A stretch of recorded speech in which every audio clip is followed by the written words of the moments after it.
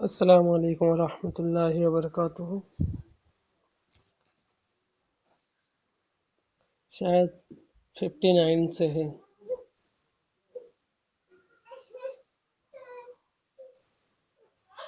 آج کا سبق واجبات کا بیان ہے۔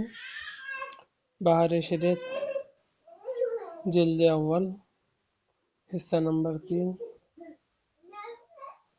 اور صفحہ نمبر 519 مسئلہ نمبر 59 سے سبق ہے۔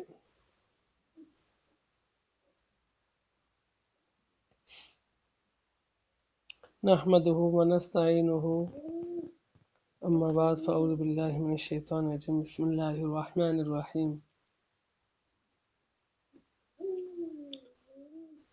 جو چیزیں فرض و واجب ہیں مقتدی پر واجب ہے کہ امام کے ساتھ انہیں ادا کرے۔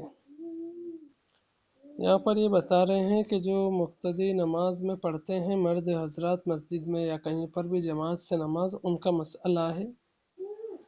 یہ سمجھ میں آ جائے تو بہت اچھی بات ہے، اگر نہیں بھی آئے تو اتنا یہ عورتوں کے لیے تو اہم نہیں ہے، کیونکہ عورتیں تو جو ہے امامت ہوتی نہیں ان کی، مگر پھر بھی سمجھ لینا بہتر ہے کیونکہ دینی مسئلہ ہے، نماز کا مسئلہ ہے۔ جو چیزیں فرض و واجب ہیں، جیسے نماز میں کچھ فرض ہیں، قرات کرنا، رکوع کرنا، سجدہ کرنا، اور کچھ واجب ہے جیسے بہت سارے واجبات ابھی اوپر گزرے ہیں۔ تو اب مقتدی جو امام صاحب کے پیچھے نماز پڑھ رہے وہ کیا کرے گا؟ تو مقتدی پر واجب ہے کہ امام کے ساتھ ہی انہیں ادا کرے،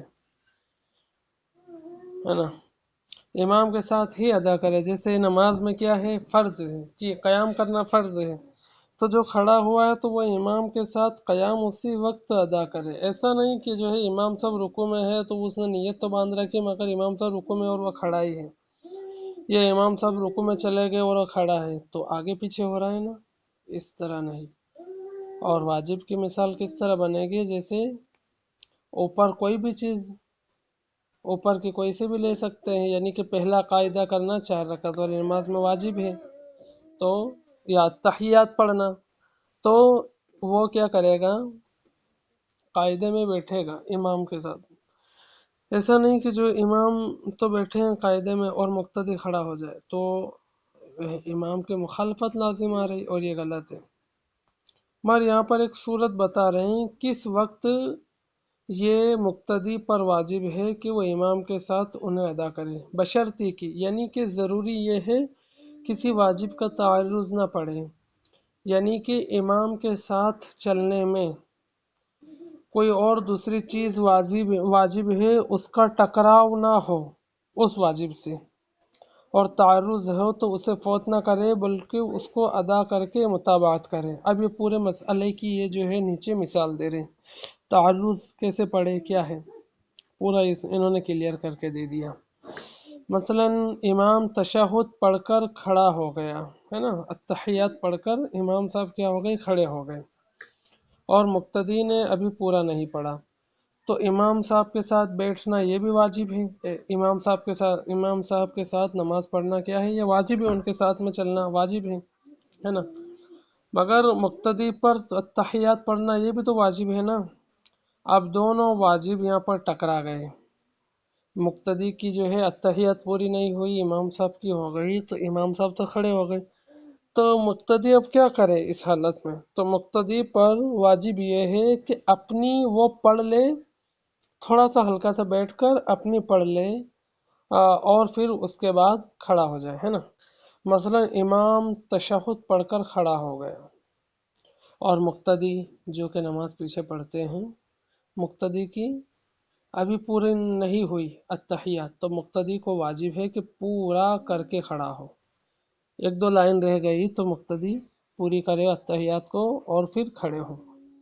اور سنت میں متابعت سنت ہے، یعنی کہ نماز میں کچھ چیزیں سنت بھی تو ہیں، مثلا آگے آئے گی نماز کی سنتیں، کیسے تحریمہ کے لیے ہاتھ اٹھانا، ہاتھوں کی انگلیاں اپنے حال پر چھوڑنا، آگے آ رہا بیان سنتوں کا۔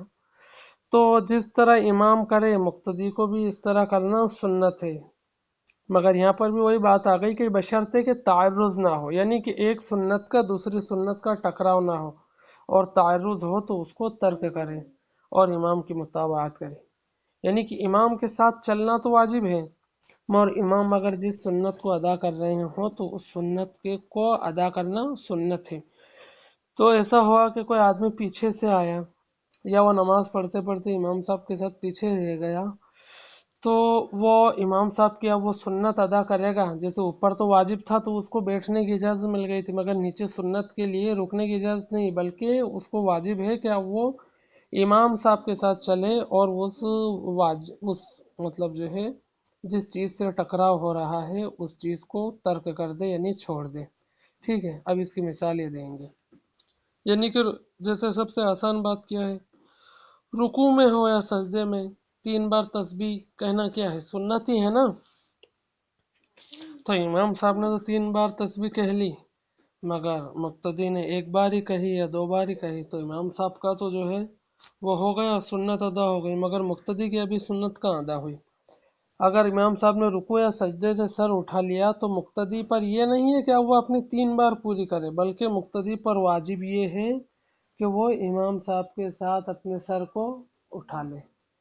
یہ پورے مسئلے کا خلاصہ ہو گیا۔ اب میں اس کو پڑھ دیتا ہوں، ٹھیک ہے۔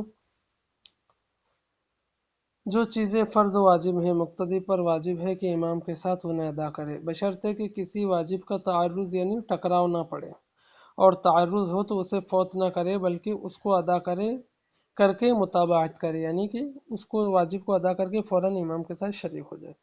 مثلا امام تشہد پڑھ کر کھڑے ہو گئے اور مقتدی نے ابھی پورا نہیں پڑھا، تو مقتدی کو واجب ہے کہ پورا کر کے کھڑا ہو، اور سنت میں متابعت سنت ہے، بشرطے کہ تعرض نہ ہو، اور تعرض ہو تو اس کو ترک کرے اور امام کی متابعت کرے، ہے نا۔ اب نیچے والے کی مثال جو میرے پڑھنا رہ گئی تھی، مثلا رکوع یا سجدے میں اس نے 3 بار تسبیح نہ کہی تھی کہ امام نے سر اٹھا لیا تو یہ بھی اٹھا لے۔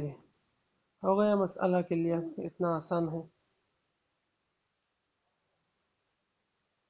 مسئلہ نمبر 60، ایک سجدہ کسی رکعت کا بھول گیا تو جب یاد آئے کر لے، اگرچہ سلام کے بعد، بشرطے کہ کوئی فعل منافی نماز نہ صادر ہو، اور سجدہ سہو کر لے۔ بہت آسان مسئلہ ہی ہے، واضح ہے، مگر اس کی میں تشریح کر دیتا ہوں تھوڑی سی۔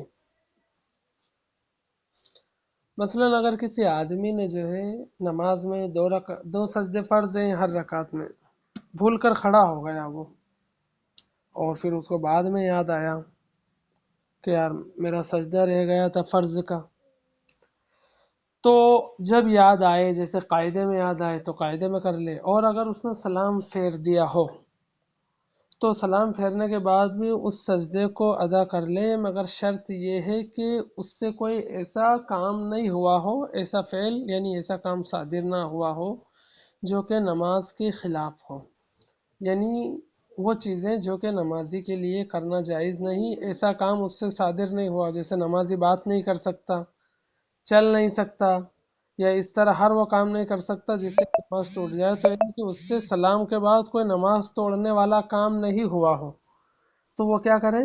سجدہ کر لیں، پھر اس کے بعد بیٹھے وہ قاعدے میں، اور پھر سجدہ سہو کریں۔ سجدہ سہو بھی کرے گا کیونکہ اس سے فرض چھوٹا ہے، مگر اس نے ادا تو کر لیا اس فرض کو، پھر اس کے بعد جو ہے اتحیات پڑھ کر سلام پھیرے گا، ٹھیک ہے، وہی رہے گا، پورا معاملہ وہی رہے گا، صرف یہ ہے کہ جب اس کو یاد آئے سلام کے بعد تو سجدہ کر لے گا، پھر اس کے بعد وہ سجدہ سہو کرے گا اتحیات پڑھنے کے بعد، پھر سے اتحیات پڑھے گا اور پھر سلام پھیرے گا۔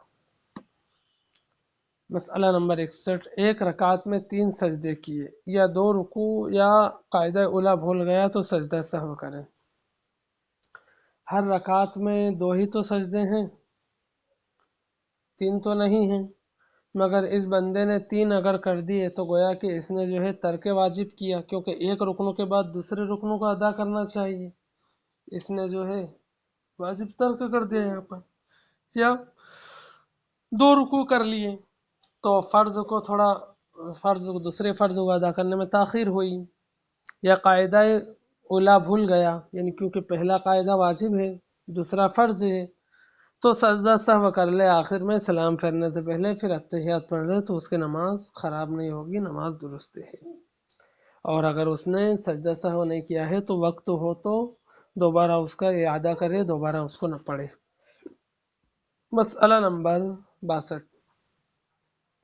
الفاظ تشہد، یہ اس کا مطلب کیا ہوا؟ الفاظ تشہد اس کو کہتے ہیں